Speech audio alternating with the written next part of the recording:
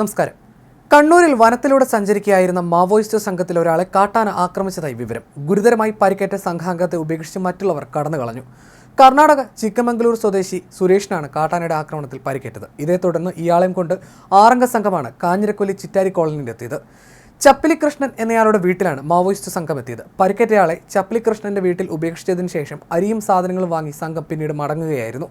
ആയുധങ്ങളേന്തിയ 6 അംഗ സംഘമാണ് ഉണ്ടായിരുന്നതെന്ന് വീട്ടുകാർ പറഞ്ഞു. സുരേഷിനെ പോലീസും വനംവകുപ്പും എത്തി പരിയാരത്തെ കണ്ണൂർ മെഡിക്കൽ കോളേജ് ആശുപത്രിയിലേക്ക് മാറ്റി. സംഭവത്തെക്കുറിച്ച് കൂടുതൽ വിവരങ്ങൾ ശേഖരിച്ചു വരികയാണെന്ന് കണ്ണൂർ റൂറൽ SP ഹേമലത അറിയിച്ചു.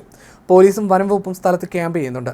മാവോയിസ്റ്റുകൾക്കായി പ്രദേശത്ത് തിരച്ചിൽ നടത്തിയെങ്കിലും ആരെയും കണ്ടെത്താനായിട്ടില്ല. കണ്ണൂർ ജില്ലയിലെ മലയോര പ്രദേശമായ കാഞ്ഞിരക്കൊല്ലിയിൽ കർണാടക വനമേഖലയിൽ നിന്നും കാട്ടാൻ ഇറങ്ങുന്നത് നിത്യസംഭവമാണ്.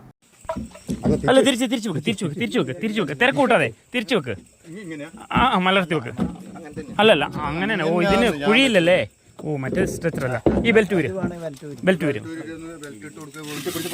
അല്ലല്ല, തിരക്കൂട്ട. ആ, ഷീറ്റോട് കൂടി പിടി. ഷീറ്റ് ഇല്ല ലേനില്ല.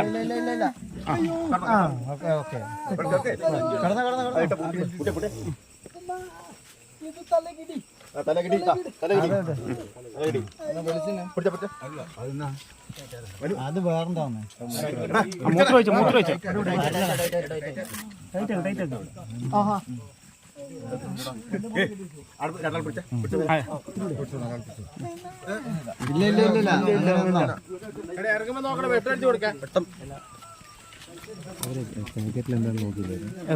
അവരുടെ കയ്യിലുള്ള സഞ്ചിയില്ല. അത് എന്നാ നോക്കിയില്ലല്ലോ. ആ, എന്നാ നോക്കിയാലോ വാസോട്ടാ.